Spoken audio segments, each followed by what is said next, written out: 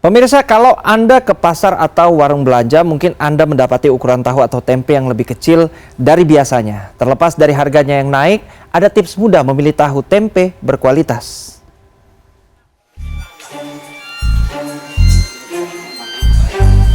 Setelah sempat menghilang, tahu tempe kini sudah tersedia lagi. Namun harganya masih relatif lebih mahal dari sebelumnya.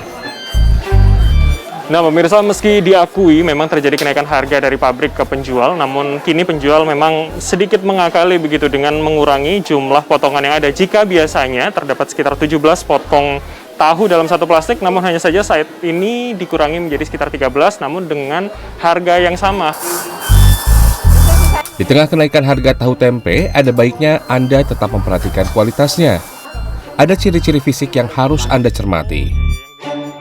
Nah, untuk tempe, pilihlah dengan beberapa kriteria berikut ini pemirsa. Pertama adalah padat dan juga masih hangat. Karena ketika Anda pegang ini masih hangat, artinya proses fermentasi masih berjalan dan tempe ini baru saja dibuat. Dan kedua, pilihlah dengan permukaan yang putih. Karena ketika menghitam ataupun sudah berjamur, ini jangan-jangan tempe sudah diproduksi lebih lama dari Anda kira. Kemudian yang ketiga, lihat dari biji kedelainya. Karena ketika masih kuning ataupun kuning pucat, artinya masih baru saja diproduksi. Jangan pilih yang sudah menghitam ataupun jangan-jangan sudah hitam, karena bisa jadi ini akan mengganggu kesehatan Anda.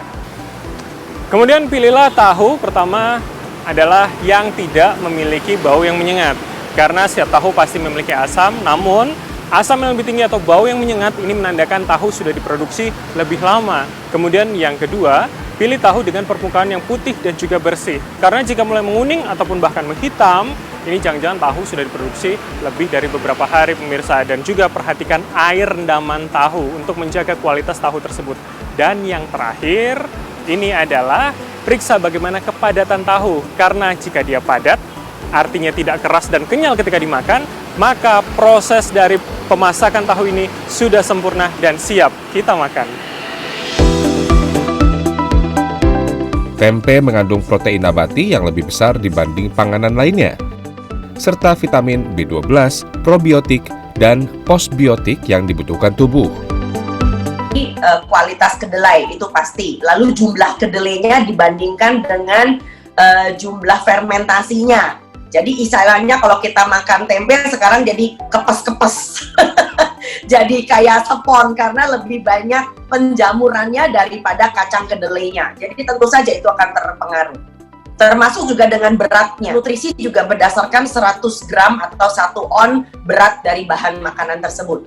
Jadi semakin ringan, semakin enteng, tentu nutrisinya akan semakin susut, Mas.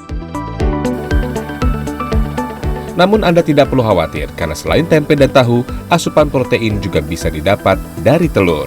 Bram Herlambang, Daud Thompson, Jakarta.